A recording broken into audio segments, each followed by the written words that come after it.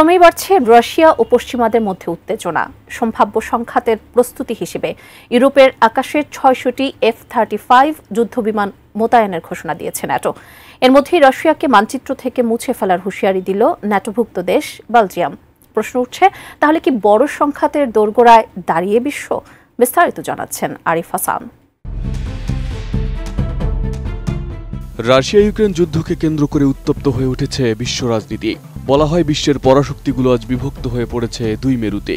একদিকে চীন, রাশিয়া ও উত্তর কোরিয়ার শক্ত জোট, অন্যদিকে যুক্তরাষ্ট্র, যুক্তরাজ্য সহ ন্যাটো সদস্য দেশগুলো। বর্তমানে পুরো পশ্চিমা শক্তি মিলে লড়ছে এক রাশিয়ার বিপক্ষে। ইউক্রেনকে সামনে রেখে পেছন থেকে নিরবিচ্ছিন্নভাবে অস্ত্র, অর্থ ও গোয়েন্দা সহায়তা দিচ্ছে তারা। এর ফলে ইউরোপ জুড়ে রাশিয়া ও পশ্চিমা দেশগুলোর মধ্যে চলছে তীব্র বাকযুদ্ধ ও কূটনৈতিক টানাপোড়েন।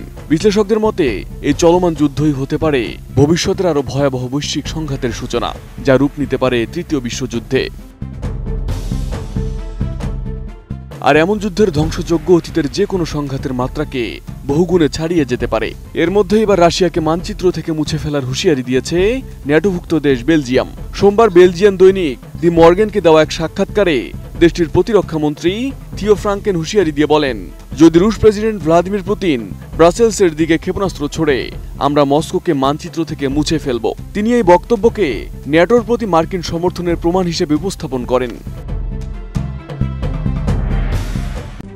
RICL TMX, যুগের পর যুগ স্থাপনা থাকে মজবুত। ফ্রাঙ্কেন স্বীকার করেন, রাশিয়ার সাথে সংঘাতে অনেক আগেই মিশে যেত ইউক্রেন, যদি না ন্যাটো তাদের অস্ত্র, গোলাবারুদ ও অর্থ দিয়ে সহায়তা না করত। ইউক্রেন যুদ্ধে রাশিয়া এখন গোটা পশ্চিমা বিশ্বের সাথে লড়ছে এবং এই সংঘাতে ট্রাম্প প্রশাসন শতভাগ ন্যাটো মিত্রদের পাশে আছে বলে উল্লেখ করেন তিনি। এদিকে চীন রাশিয়ার সম্পর্ক নিয়ে উদ্বেগ বেড়েছে ন্যাটোর।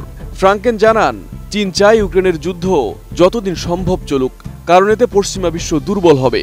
চীন বিপুল পরিমাণে রাশিয়ার কাঁচামাল কিনছে, অস্ত্র সরবরাহ করছে, আর রাশিয়া উত্তর কোরীয় সৈন্য পাঠানোকেও তারা ভালো চোখে দেখছে। ফ্রাঙ্কেন আরও বলেন, রাশিয়া নিকট ভবিষ্যতে বাল্টিক রাষ্ট্রগুলোতে বড় আক্রমণ করবে বলে মনে হয় না, কারণ সেগুলো ন্যাটো সদস্য। কারণ শিগগিরই ইউরোপে ৬০০টি F-35 যুদ্ধবিমান মোতায়েন হবে। রাশিয়ানরা এগুলোকে ভয় পায়, কারণ তাদের পক্ষে এগুলো শনাক্ত করা সম্ভব নয়। আবার রাশিয়ার সামরিক সক্ষমতার কাছে যে গোটা ইউরোপ তুচ্ছ, সেটিও স্বীকার করেন ফ্রাঙ্কেন। সতর্ক করেন, রাশিয়ার সামরিক সক্ষমতাকে ছোট করে দেখা উচিত নয়। তার ভাষায়, রাশিয়া এখন তার সামরিক সক্ষমতাকে অনেক বাড়িয়েছে। ন্যাটোর সব দেশ মিলে যত গোলাবারুদ তৈরি করে, মস্কো তার 4 গুণ উৎপাদন করছে। অথচ ইউরোপের এখনো কোনো কেন্দ্রীয় সামরিক কমান্ড নেই।